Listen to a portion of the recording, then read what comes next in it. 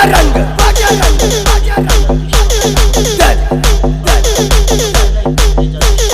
जय श्री राम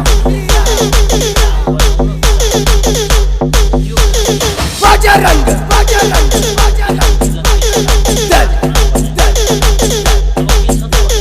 जय श्री राम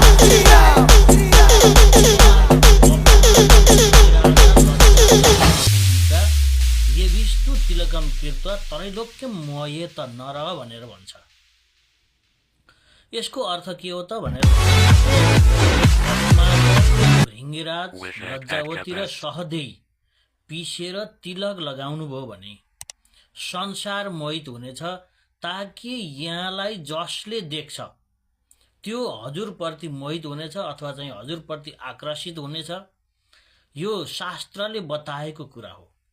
त्यसैले यहाँहरूले यो प्रयोग गर्न सजिलो पनि छ र यहाँहरूले प्रयोग गर्न सक्ने खालको विधि पनि हो। टीका लगाउँदा कुनै पनि असर पर्दैन, यसले कुनै पनि साइड इफेक्ट पनि गर्दैन। यो अत्यन्तै राम्रो र सजिलो प्रक्रिया हो, यहाँहरूले गर्न सक्नुहुनेछ।